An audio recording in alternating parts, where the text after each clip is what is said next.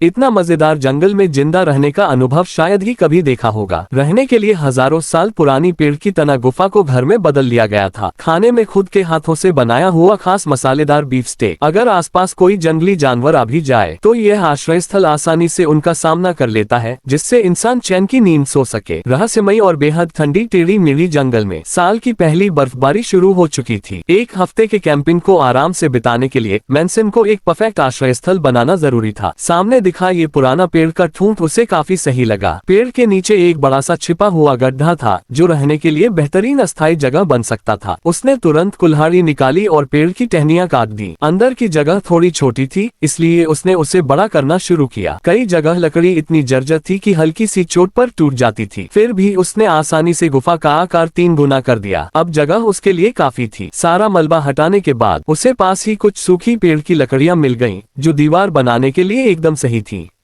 लकड़ी को काटकर बराबर आकार का बनाया, नीचे की तरफ नुकीला किया और उन्हें जमीन में गाड़कर फ्रेमवर्क तैयार किया। खाली जगह बच गई लकड़ियों से उसने पलंग बना लिया। गोल आकार का पलंग न सिर्फ जगह बचाता था बल्कि शरीर के लिए भी आरामदायक था।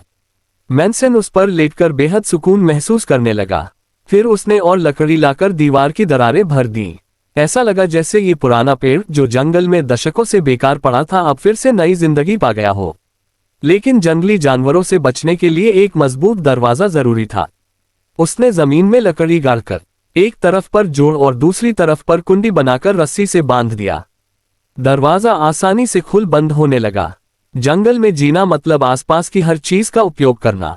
उसने छत पर पत्तों और मिट्टी की परत चढ़ाकर उसे मजबूत और जलरोधी बना दिया और प्राकृतिक लुक देने के लिए उसने काइट मॉस से सजावट की। यह न सिर्फ छिपने के लिए अच्छा था बल्कि ठंडी हवा को भी अंदर आने से रोकता था।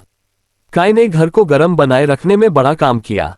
काय इकट्ठा करते समय उसे सूखी घास भी मिल गई। वह उन्हें गुफा में बिछाकर नर्म गद्दा बना बैठा। अब सोना बेहद आरामदायक हो गया।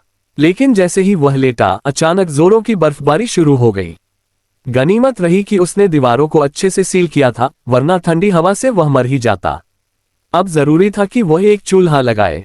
छत में पहले से बनाई जगह से उसने धुएं की निकासी कर दी और सूखी लकड़ियां लाकर आग जलाई।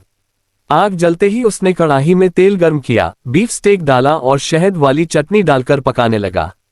खुशबूदार सब्जियां भी काटी और खाना इतना स्वादिष्ट बना कि मुंह में पानी आ जाए।